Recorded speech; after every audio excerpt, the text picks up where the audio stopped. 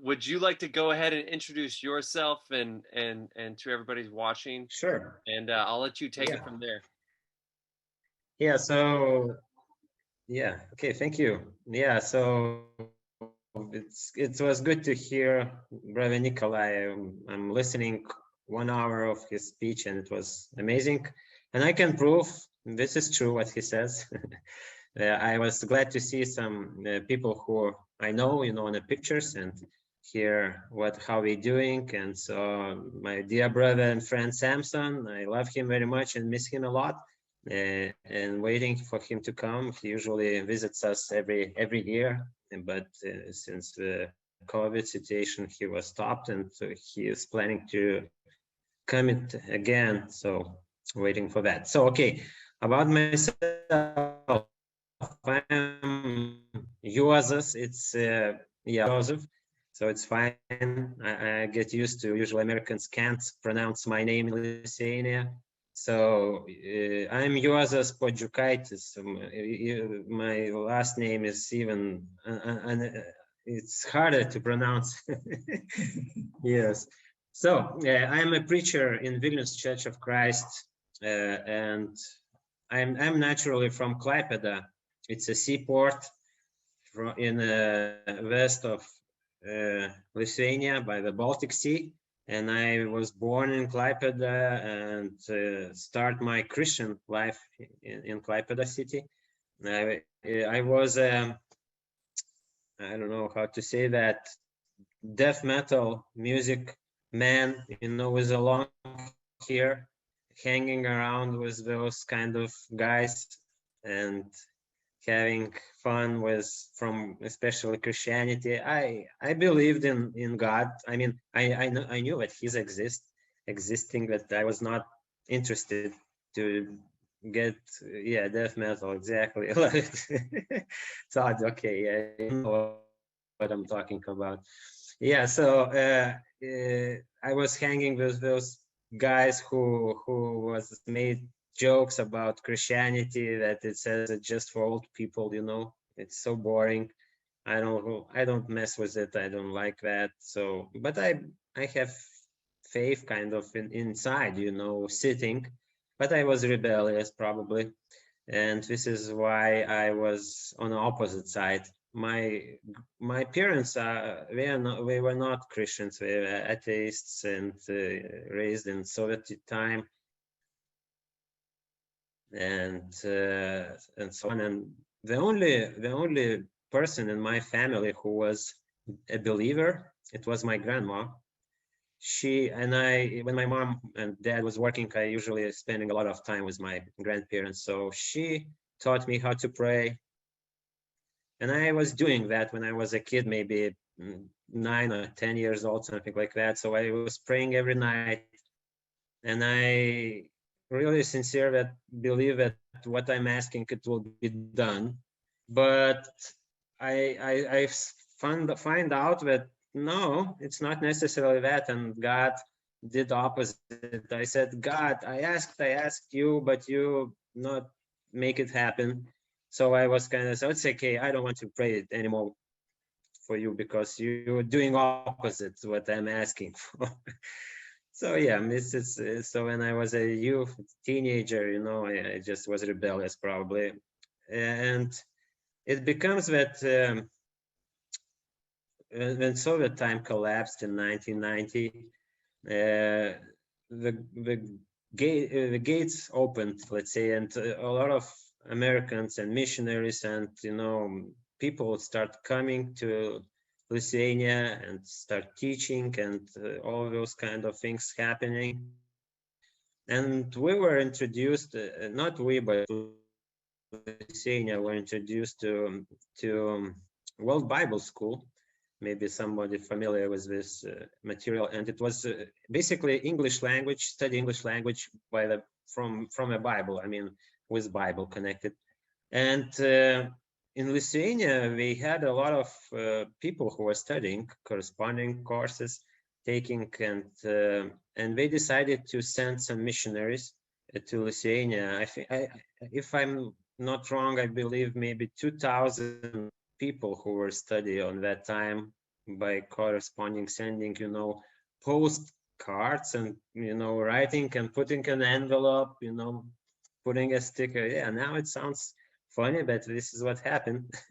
And this was the beginning of the missionaries to try to come to Lithuania, and they decided to send some missionaries from Canada, because I believe that Canada was easier to reach. I mean, Americans, somehow it was hard for them to come to Lithuania for long term or some work to do. So they sent people from Canada, and they saw that a lot of people are interested in the Bible, but of course they were interested to talk with Americans and Canadians and native speakers, English speakers.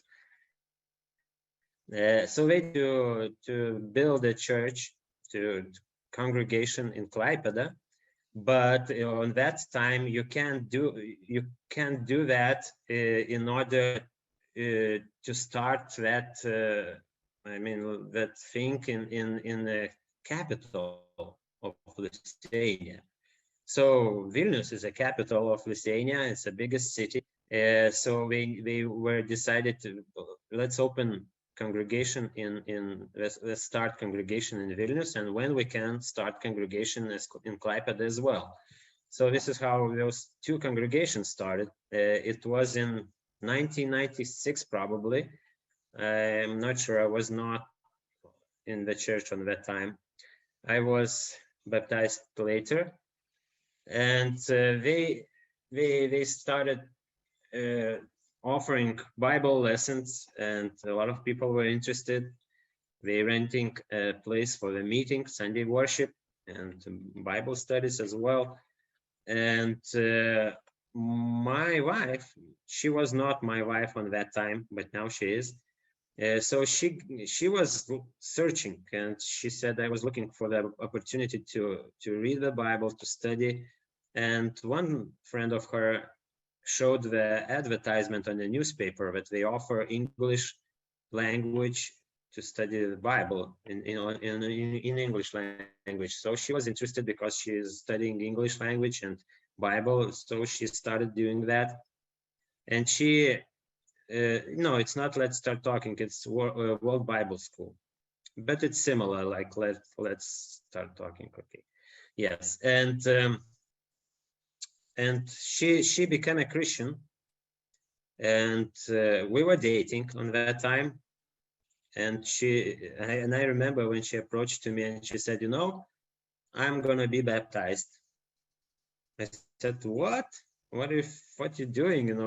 Why you need that? I was so surprised about that, because I fully not understood what's happening, why those things need to be done, and so on. But she said, I need that. I said, okay, do it what you want. I mean, I know that Christians are good people. I don't mind. So, but I will not interested in that. So she was baptized. She was start working in the church as a secretary and an interpreter. It was in Klaipeda. So she was offering me a lot of times to come to study the Bible, and I said, no, it's not for me. It's too boring. I don't believe that what we're gonna teach will be true, and I don't want that. But finally, I don't know how, but one missionary from United States came to Klaipeda and offering the Bible studies. And she said, yeah, you really need to try to study with that man. He's very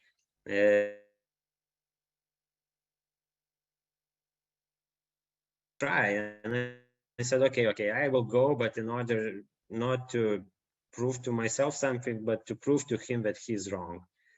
And so I start attending some Bible lessons, start studying, and later in the year of 2000, it was in a late 1999.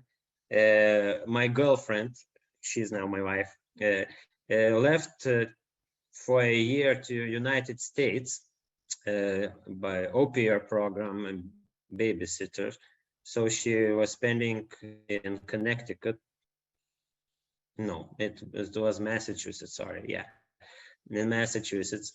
Yes, and sh when she was out, I mean, I was staying alone, so I have much more free time.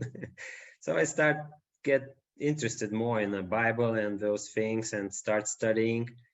And in a year of 2000, I was invited to join the camp. We have a Christian camp, summer camp for youth and for children. So I was invited to join to that camp as a helper. I was on that time I was 23. So I was invited to join and help with kids, and some group from Texas came, university students and so on, Christians, and it was very fun. So I saw that, the Christian life is not boring. It's not for old people, just for old people, and it could be fun, and it could be real encouraging. So I was in it, and after that camp, I was baptized in the Baltic Sea. It was in July 16, 2000, the year of 2000. So since I was baptized, I was eager to do something, and I decided to start my studies, more serious studies. So I entered to the Sunset International Bible Institute, Sunset, short version of that. And I also was studying for 3 years and took an internship program in Klaipeda. The preacher from Canada, Kevin Carson, was my mentor, and he was teaching me how to preach, how to teach, how to deal with people, how to deal with their problems, and so on and so on.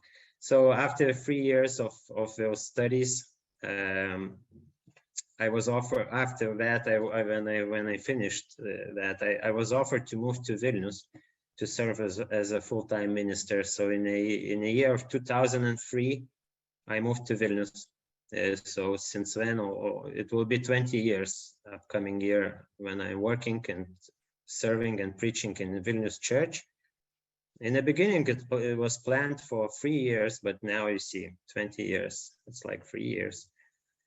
And we got married with my girlfriend in the year 2001, and we have 3 children now, 17, 9, almost 9, and almost 7. So the middle is a boy, and youngest and oldest girls. And I'm working now full-time, and I'm an only minister in Vilnius Church. Before, for several years, we were working with brother Ilya Amosov. Now he works in Klaipeda. So we switched. He's from Vilnius, now working in Klaipeda. I'm from Klaipeda, working in Vilnius. So maybe it's the true is the words that you can't be a prophet in your own country. So you can't be a preacher in your own city.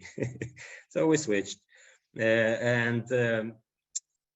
Yes, so we have a lot of things, we have a lot of challenges, and I will try to just tell you what the situation is. What I don't have pictures, sorry about that, but if you would like to see some, I would gladly send you. Just find me on the Facebook, Juozas Puodziukaitis. Yeah, you see my name, and I will send you pictures of what we're doing, what we have. Finally, after a lot of years in Vilnius renting place, finally we have our own building, and brothers from United States helped us, and now we are sponsored by Gateway Church of Christ from Pensacola, Florida.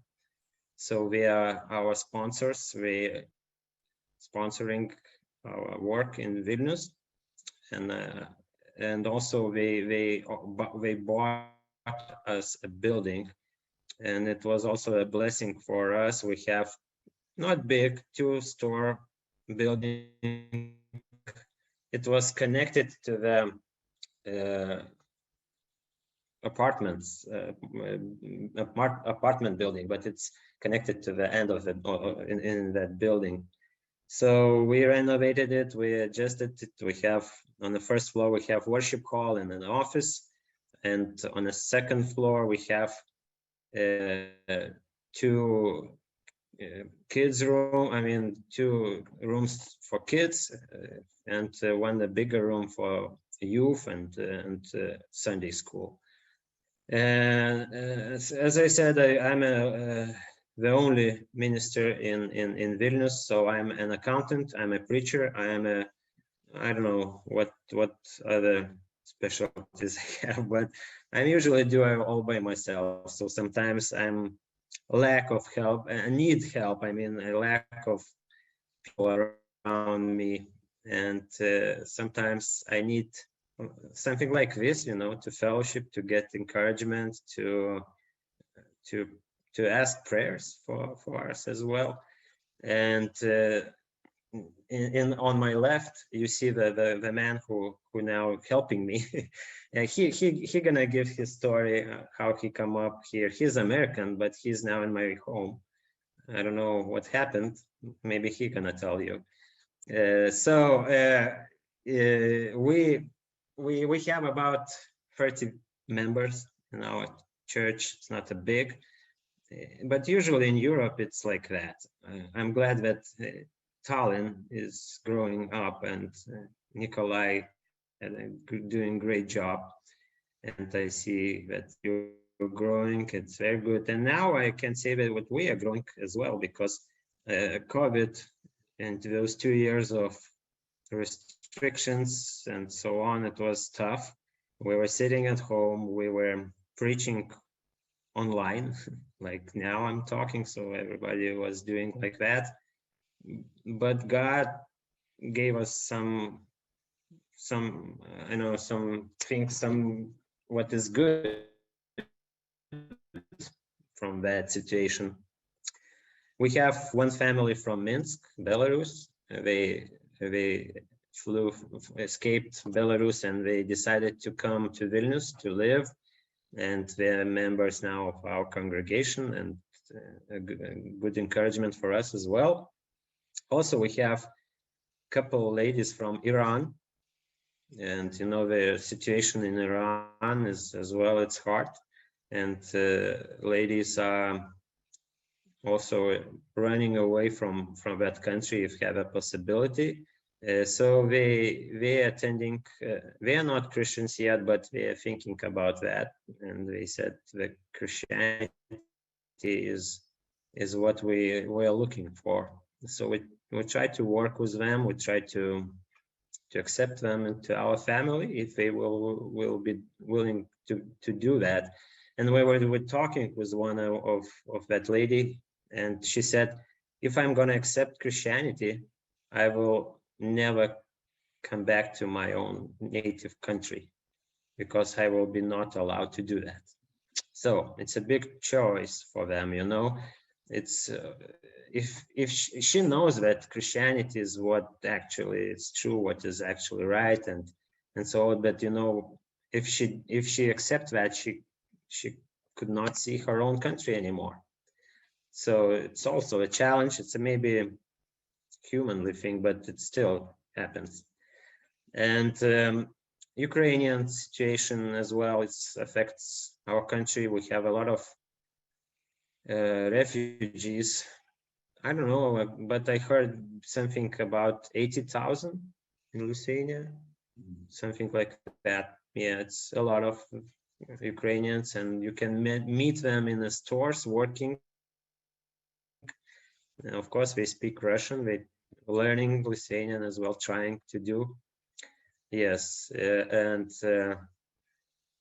and we have camps as well. This is our main, let's say, one of the most effective resources how to reach people. We have 3 camp sessions every summer. We have first camp is for kids, kids from 8 till 12 years old. Second session is for youth, excuse me, youth from 13 till 18. And third one, it calls Baltic Family Camp.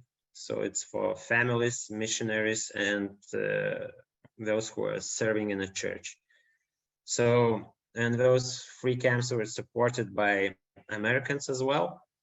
We take some payment from kids, but it's just symbolic. And the other part was covered by churches from United States. And every camp session we have around 120 participants, including staff. And so it's about 360 total for free camp sessions. And I know that some people from Estonia also coming to our camps as well, from Baltic Family Camp. And Nikolai's daughter, Anna, she's a big help in attending our camps, and Stas and his family, and we love them very much. Also, when was COVID hit, it was hard time, not just for us, but for everywhere in the world. So Americans would not be able to come for the camps. Usually they sending not just money, but as well as a team to help, to organize, to work with kids. And for those 2 years, we were not able to how to say, to wait to welcome them, because it was impossible to do it. So we were needed to do it by ourselves. So we did it. It worked well. God blessed us, and we had really good camps. And this is our, like I said, it's the main resource of reaching people.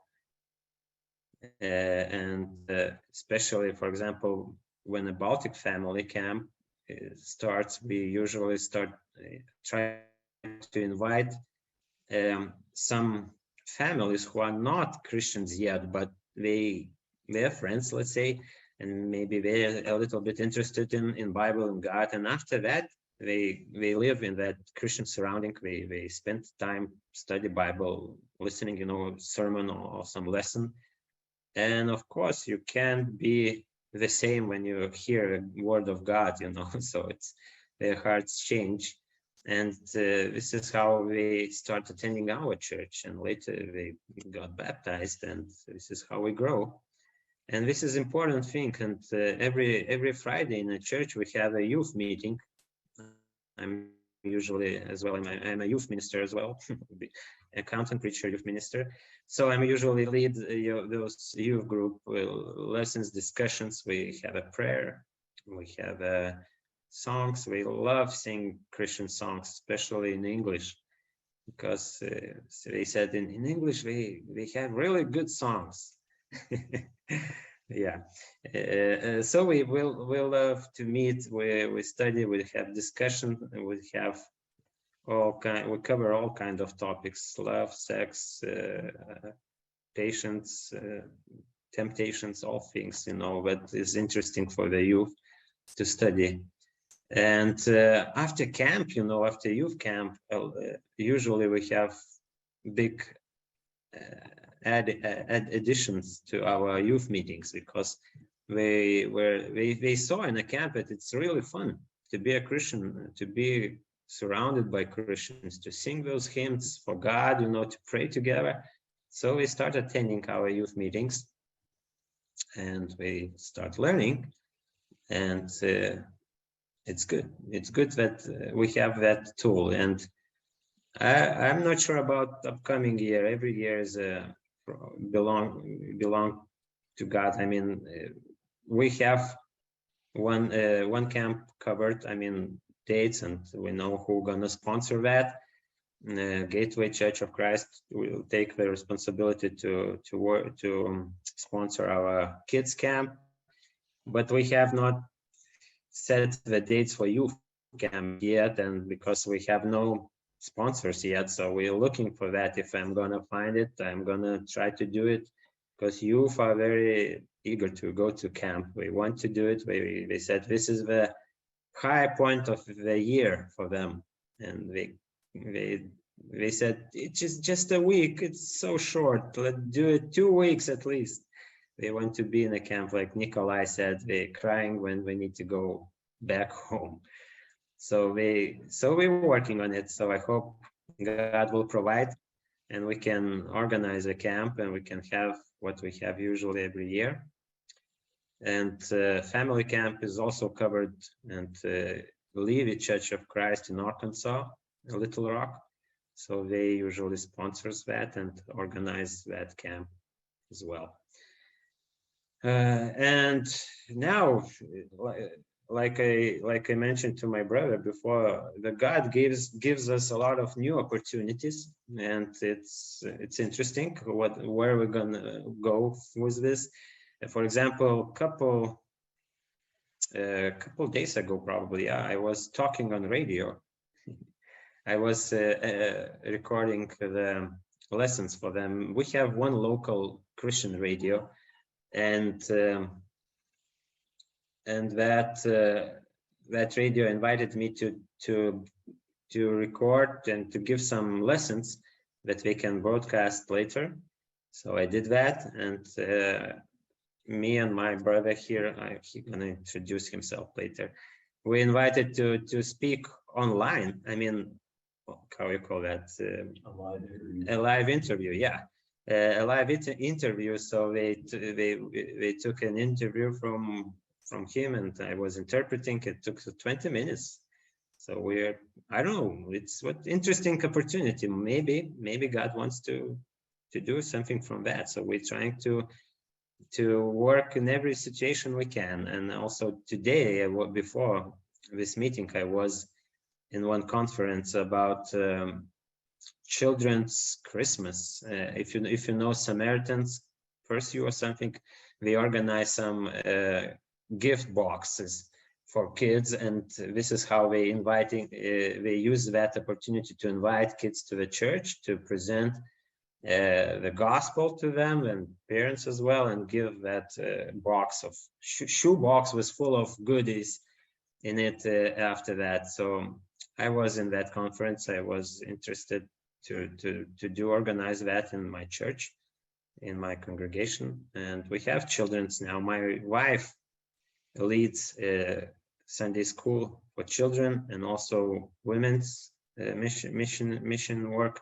She meets with women every Tuesday, and they have studies, prayers, and today, even once in a month on Saturday, they have some special activity for ladies. And today, ladies were meeting in a church building and doing soaps. No, handmade soaps with some aroma essential oils. Yeah, that I don't know even, it's hard for a man to understand that, but it smells good. So they're doing that, and that lady from Minsk, her name is Anna. She is a good sewing. She know how to sew things. I mean, clothes and all stuff. So I bought a couple of sewing machines for her, and now every Saturday she organized some lessons and meetings for ladies, and of course not ladies if you want to sew in a church building. So this is how we try to be as a family and try to connect everyone to find some, common interest probably, and some funny things to do as well. Because if you have friends, it's good. It basically means you're gonna stay faithful. Of course, every time prayer and every time God's word is essential. Necessary for that. If you, I don't know, I'm talking a lot. If you have some questions, don't be shy to interrupt me and ask.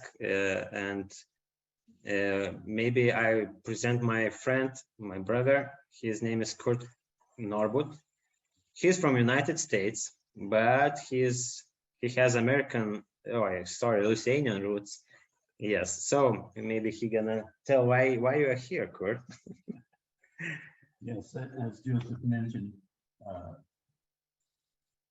years ago, my aunt was doing genealogical work trying to find out our family origins, and she learned that my grandfather immigrated from Lithuania to America when he was 10 years old in 1905, and that his family had lived in Panevėžys, which is about an hour or so north of Vilnius here. I have a good friend back home where I worship with the Northwest Church in Austin, Texas.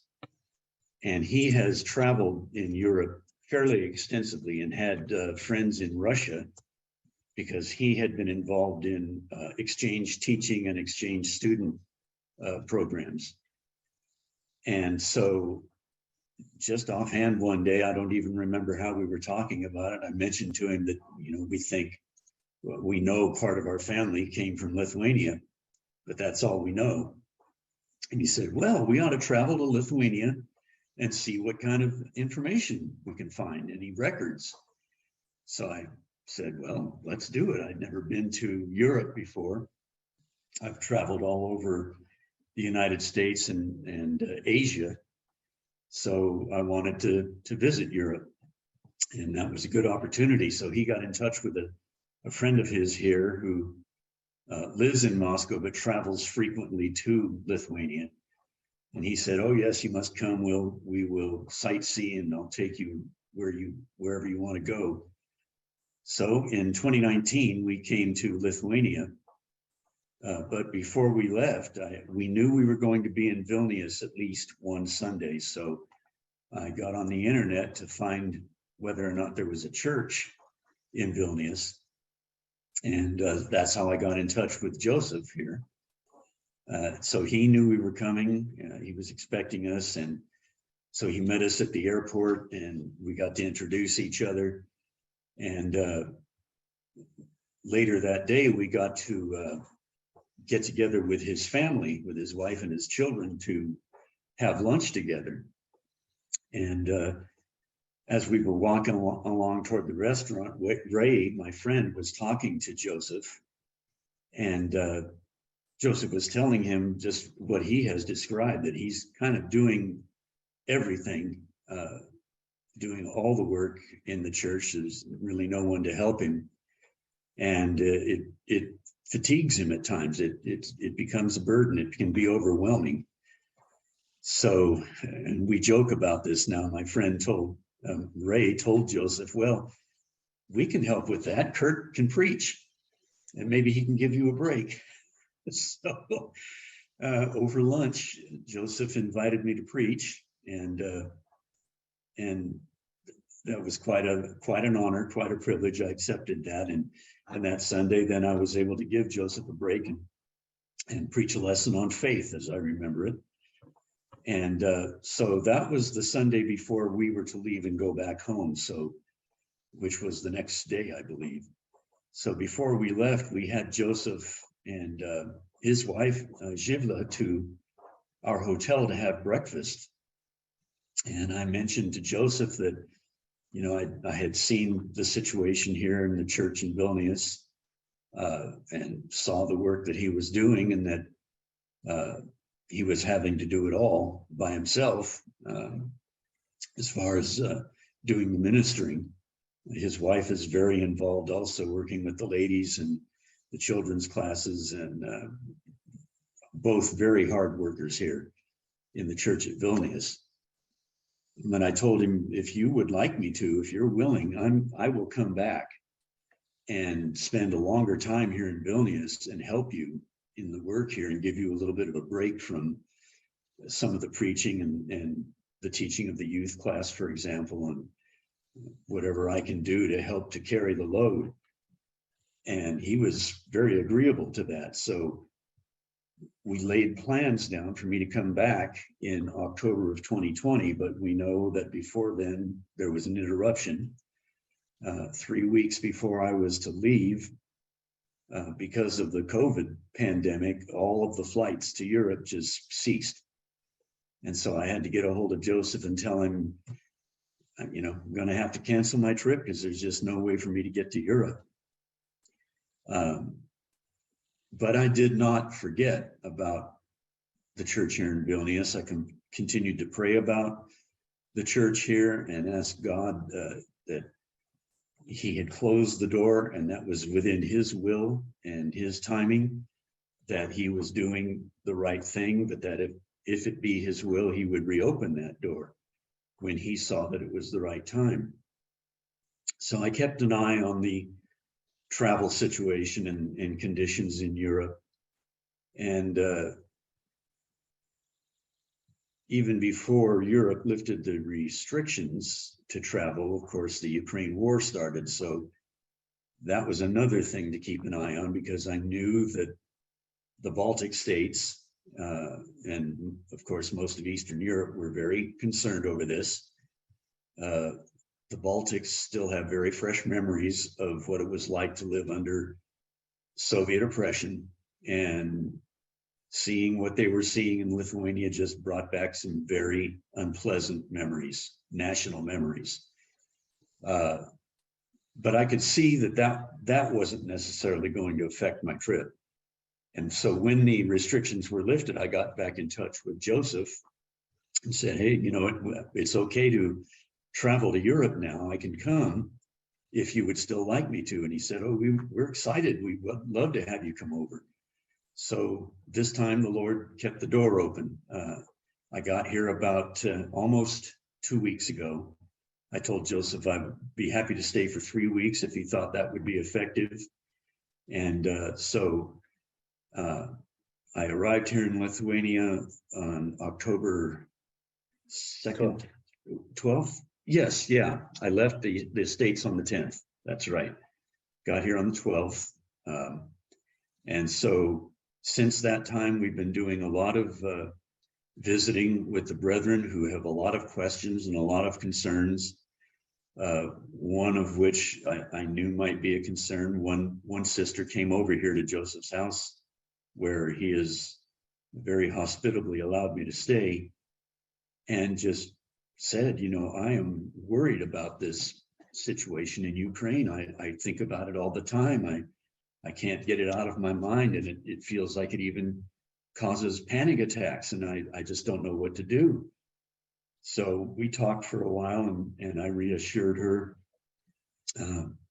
based on things that I saw, because I'm a student of history, and geopolitics and military history is one of my main interests. But the main thing I emphasized with her was that God is in control. Jesus Christ is sitting on his throne. He rules in the affairs of the nations. And so whatever happens will work out for good, because it is in God's hands. So we just need to learn to be patient and trust him and pray to him about the situation in Ukraine, and let God take care of that. And that seemed to comfort her. And in fact, we visited her at her place later that evening. Both Joseph or actually Zhivla and I went. And she stated that after our talk, she felt much better. She was content. She felt a lot more at ease. And so that was a blessing to be able to help her in that way. And so we've been to lunch with several brethren and talked about their concern with one of the ladies that Joseph described coming from Iran. She talked about what her life had been like and what she was doing now here in Lithuania and what she hoped to achieve. Talked to a lady that actually indirectly wound up being responsible for this lady from Iran attending and visiting the church here. She is a Polish lady who moved from Morocco to Lithuania about 4 years ago and knew a friend who was Iranian, invited her to services, and she agreed to come, and she's the one who invited the lady that I got to talk to come. So it kind of works that way here in Vilnius. There are foreign immigrants who now live in Vilnius, and they know somebody who's also a foreign immigrant, so they invite them to come, and so they will invite a friend. And so we've got Poles and Russians and Iranians and Lithuanians and just all kinds of people coming to Vilnius, and the population of Vilnius is expanding. So that is opening opportunities for the church here to reach more people, and more people are, because of the situations they've come out of, they're looking for something that is peaceful and something they can find some stability in, and where they can gain some comfort and gain some confidence. And one thing I've heard over and over again from the members that we've gotten to visit with and talk to is that they're so attracted because they feel like family here in the church. And they miss that because they're away from their own nations, separated from their families, maybe now they're from broken families for whatever reason, and they need community. And they're finding that here in Vilnius, and they love it. So it provides the opportunity to then welcome them and comfort them and help them to calm down and settle in. And then you can talk to them about Jesus Christ and open the gospel to them. In fact, just the other night, Tuesday night, we baptized a young man. He was a young man who had, I guess he first learned because of the camps. Yeah, yeah. Mm-hmm. So he was attending services here in Vilnius and actually had become helpful to Joseph, but had not obeyed the gospel yet.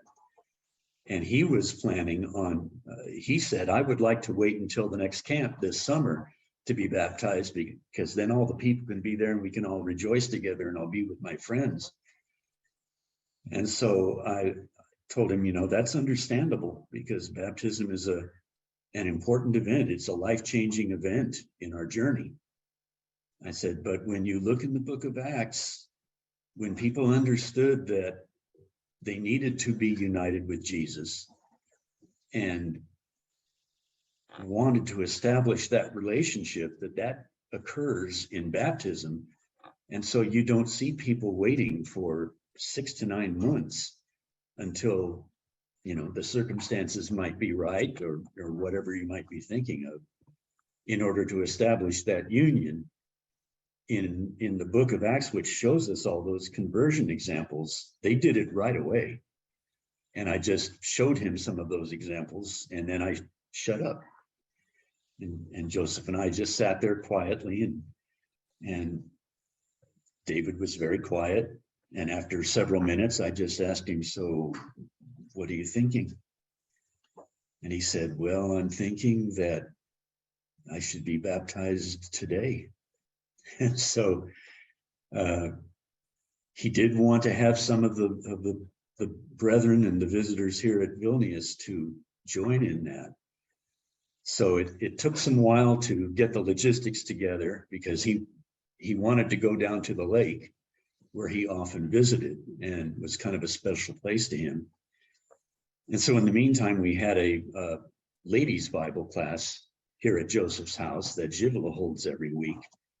And we had that and discussed some very important issues, some good questions that the ladies brought up, which seemed to help them to see things a little more clearly. At least one of those ladies has not been baptized, so I was able to give her some encouragement. But the wonderful thing about it is, when we were done, that whole class, three of the sisters and one of their husbands, and of course Jivla, and we all got together, and we were all able to go to the lake with one of the neighbors of Joseph here in the community that is also a member of the church, and got to rejoice in David's baptism. So we were talking, Joseph and I, afterwards, and he said, I think now maybe we can see why God allowed you to come now, because the time is right. Like he said, we got to do a radio interview. We never intended that. We never planned that. It just was something that God provided. With David, all I did was talk with him a little bit. Joseph had done the planting and kept nurturing that ground. I just did a little bit of watering. And then that day, God gave the increase. But that's one reason I wanted to come, was to maybe give a different voice, because a lot of times people have heard the truth from Joseph when he talks to them and he teaches the classes, but it helps to reinforce what's been taught when someone else can provide the same information and maybe give a little bit of a different viewpoint that helps them to see that, yeah, this is what I need to do. And so it was just the right time for David. Yeah. We've had good responses from the young people when we've had the young youth class on Fridays. They've been asking some very good questions and have been very open about what's on their mind. And so we've been able to provide some Bible answers, and again, hearing that different voice, kind of reinforcing what Joseph has been teaching them over the years. And I think we might have maybe one more baptism at least out of that. We'll see what happens this week. One of a very fine young man at the end of that class said, "You've given me a lot to think about that I haven't considered before." So I prayed to God yesterday and ever since that the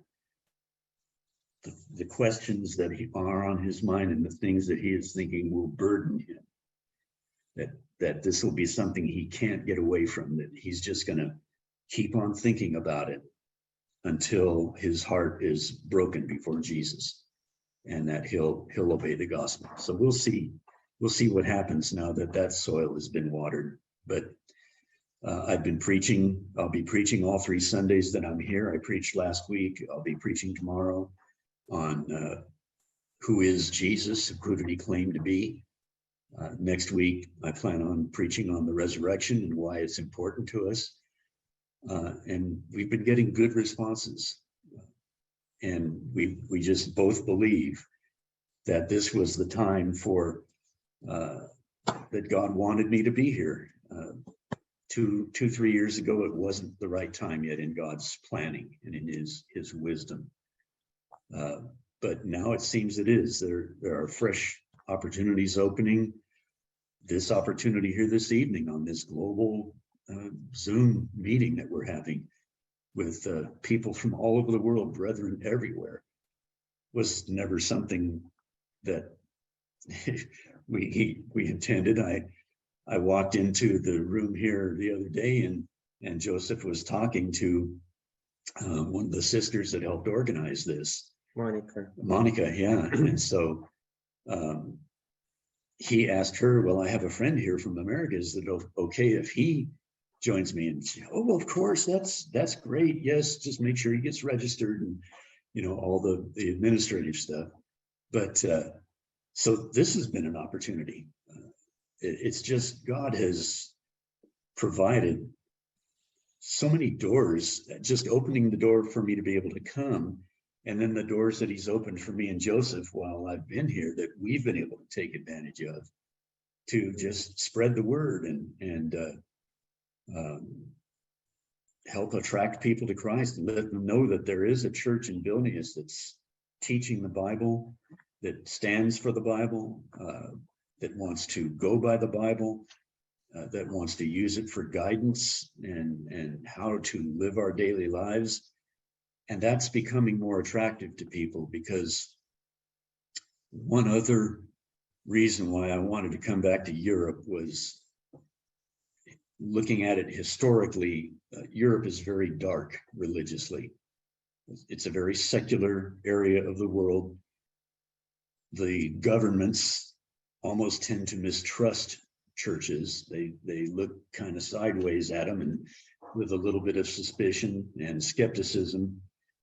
And it's my belief that because of conditions in the world now, the war in Ukraine and all of the consequences that have rippled out from that, the economic troubles here now in Europe, and societal stresses and immigration and just all of the instability that is happening, that people are going to see that and feel the need for more, something better, that in the darkness, there's a light that they can try to find. And in all of this turmoil, there's a place of peace and stability. And of course, we know that that is found in Jesus Christ and in him alone. And so I was praying that perhaps this was another reason that the Lord would allow me to come to Europe, is that we could accomplish some things here in Vilnius that would help the light to shine a little bit brighter and attract people to Jesus that are looking for that light and looking for that guidance and looking for a rock to stand on during this time of shifting sand. So it's been just an exciting time to be here. It's been a blessing to me to get to know Joseph and his family better, to get to know the members here better. For example, the door that was opened was the day after I got here, we went and had lunch with one of the members here and his brother.